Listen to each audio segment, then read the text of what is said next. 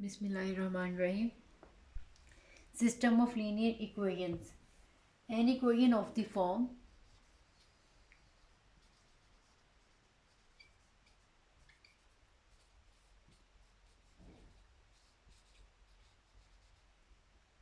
ax plus by equals to k, where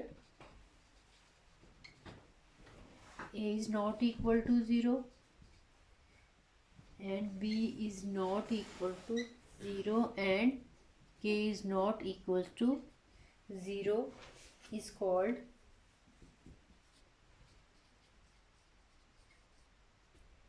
a non-homogeneous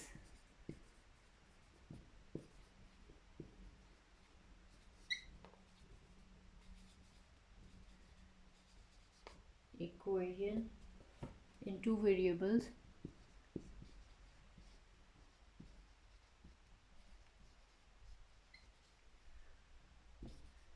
x and y।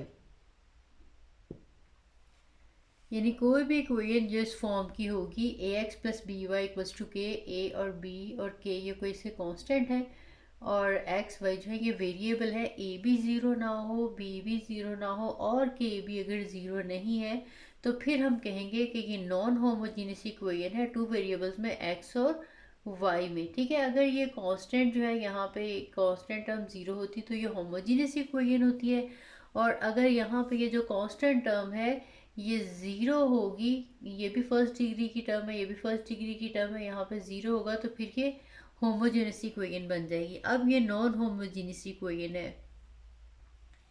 इसी तरह से अगर एक से ज़्यादा इक्वेशन हो जाए, two linear equations,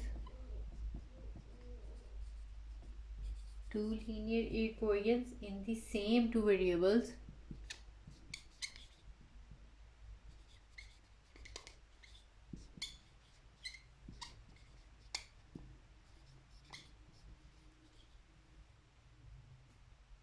such as a1x plus b1y equals to k1 and a2x plus b2y equals to k2 is called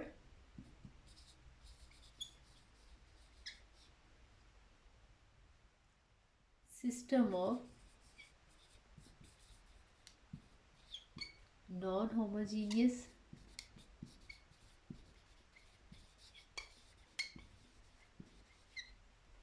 linear equation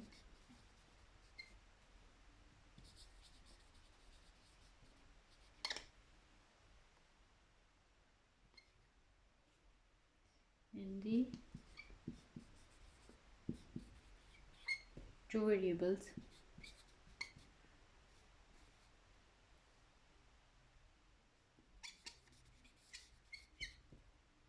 x and y if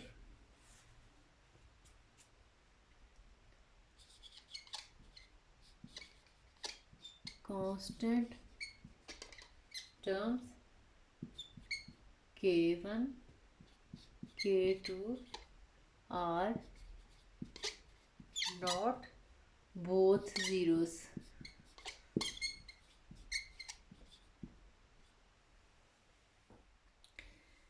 यानी कि देखिए हमारे पास अगर तो एक इक्वेशन है लीनियर इक्वेशन, ठीक है, अगर यहाँ पे ज़ीरो है मैंने आपको बता दिया तो होमोजीनियस बन जाएगी, अगर ज़ीरो नहीं है तो फिर ये नॉन होमोजीनियस होगी।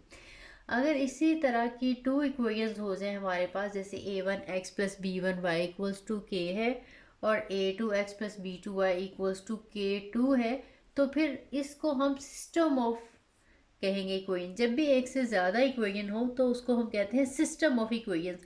अब अगर देखें यहाँ पे k1 और k2 है, ये नॉन होमोजीनियस तब बनेगी अगर इन दोनों में से कोई एक कम अज़ कम जो है वो ज़ीरो नहीं है। अगर तो दोनों ज़ीरो है तो फिर ये होमोजीनियस सिस्टम बन जाएगा।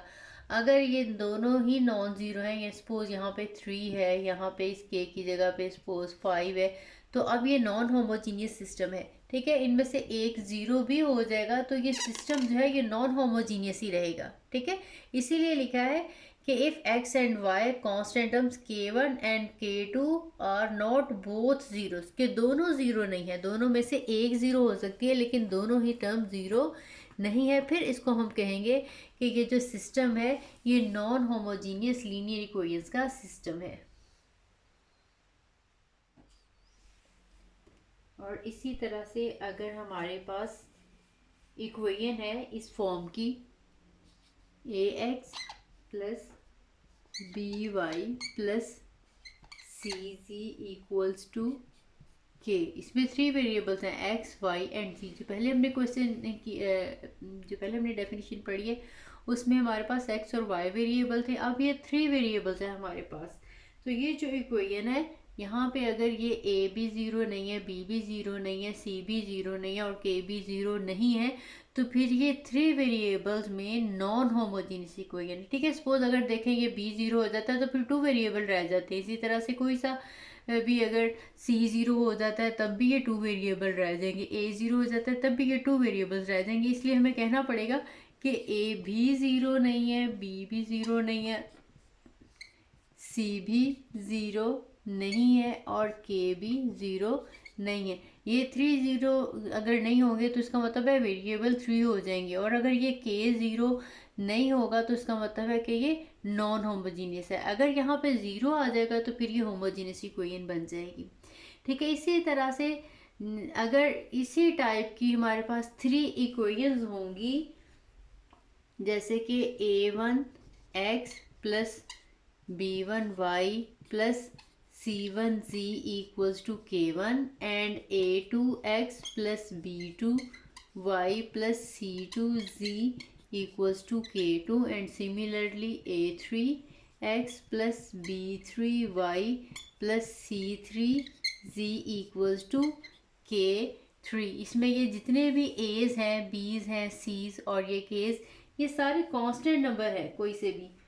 तो अब हम कहेंगे अब एक से ज़्यादा हो गए तो अब ये सिस्टम बन गया, ये सारी चीज़ें ये तीनों की तीनों इक्वेशन मिलेंगी तो फिर ये system of non homogeneous linear equations बनेगा थ्री वेरिएबल्स में।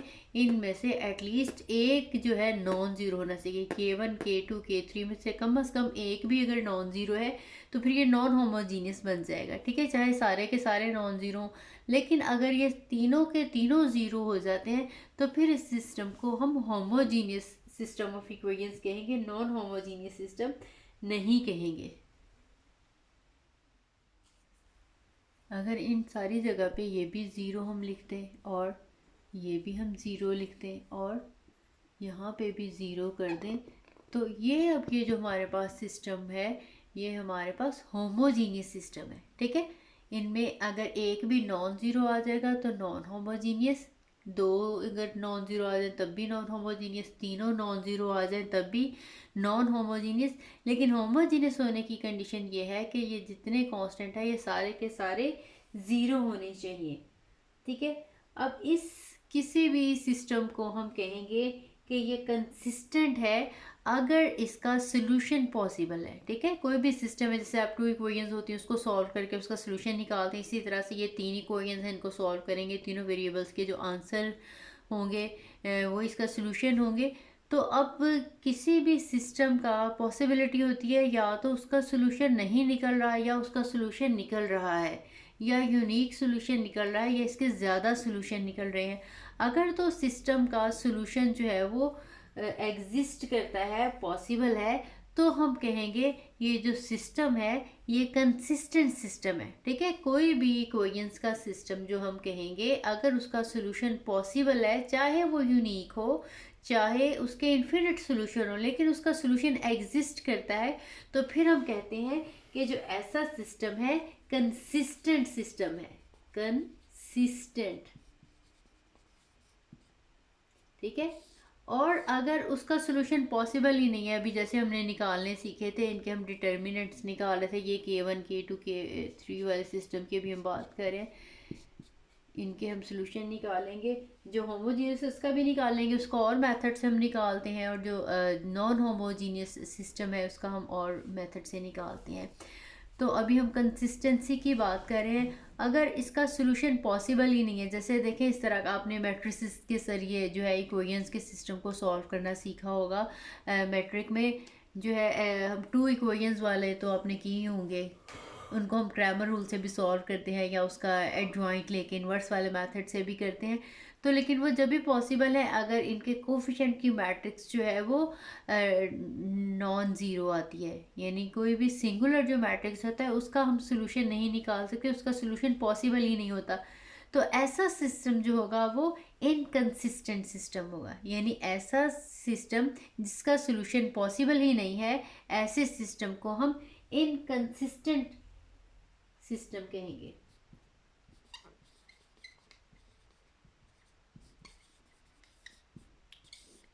ठीक है, समझ आई, इसमें सोल्यूशन पॉसिबल हो। ठीक है,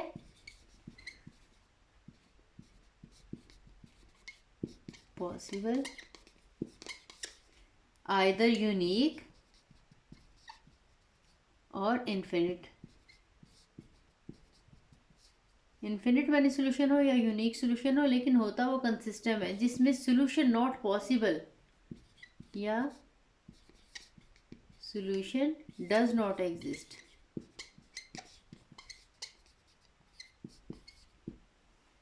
ठीक है, अब हम इनके सिस्टम को सॉल्व करने का मेथड पढ़ेंगे।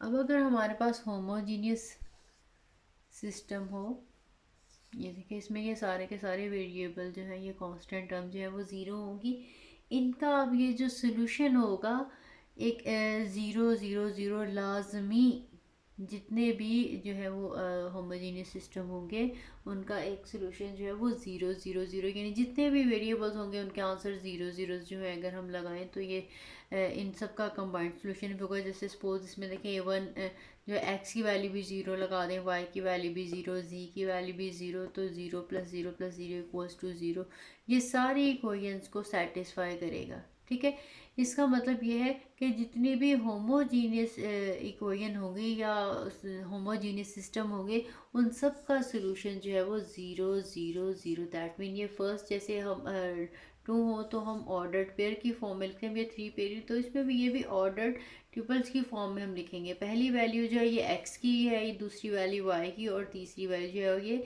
जी की है।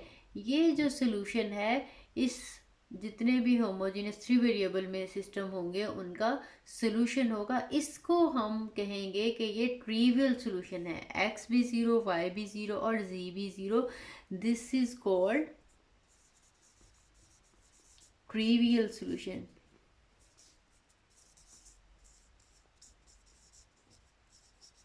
ठीक है, इसके अलावा और जितने भी इसके सोल्यूशन पॉसिबल होंगे वो सारे के सारे नॉन ट्रिवियल सोल्यूशन होंगे। ठीक है, इसके अलावा हम इसके और भी आंसर्स के पॉसिबल हो सकते हैं।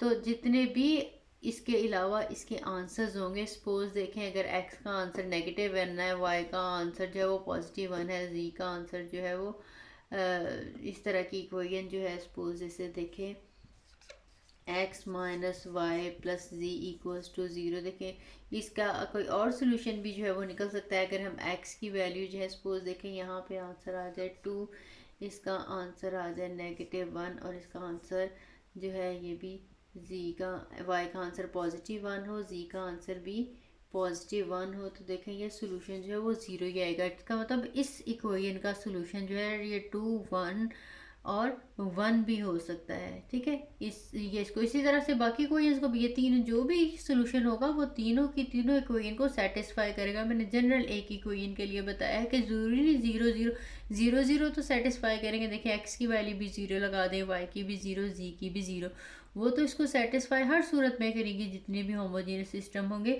लेकिन इसके अलावा भी ऐसे आंसर्स पॉसिबल हैं जो इन सारे सिस्टम में जितनी भी इक्वेशन मौजूद हैं उनको सेटिस्फाई करेंगे। जैसे मैंने ये एक सोल्यूशन बता दिया पर्टिकुलरली इसी इक्वेशन के लिए।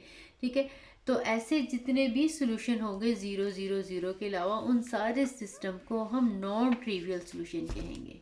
ठीक है, नॉन ट्रिवियल सोल्यूशन।